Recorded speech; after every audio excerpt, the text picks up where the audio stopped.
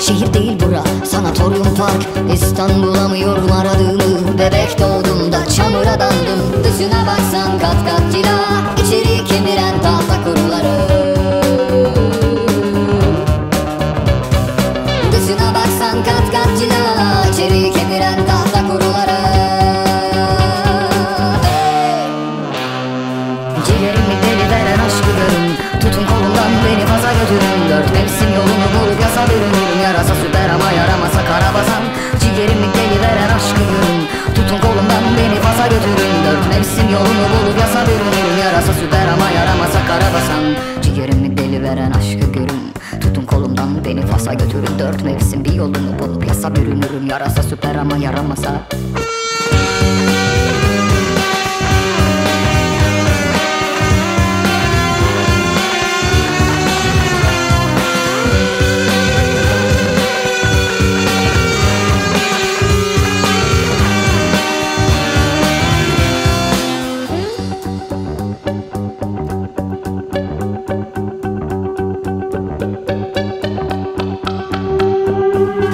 Sordu keçiye, vurdukça aşınır mı? Açılmaya kilitler, umutsuz yaşanır mı?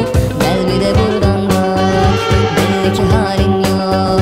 Yansın orman madem, tepemize yağsın bu. Aynı gök, rüya görmek, unutmak, güneşe uyanmak. Palavralar, prangalar, ATM'ler, telefonlar. Papatyanın adı kaldı yalnız, benim gibi her şey kararsız. Seni sevdiğim kadar kırdım, dışın kurt, özüm zararsız.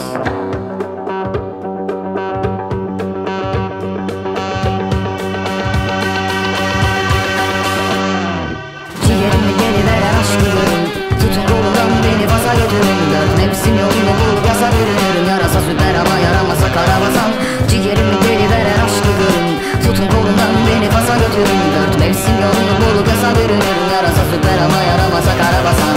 Ciğerimi deli veren aşkı görün, tutun kolumdan beni baza götürün. Dört mevsim yolunu bulup yasa bürünürüm. Yarasa süper ama yaramasa karabasan.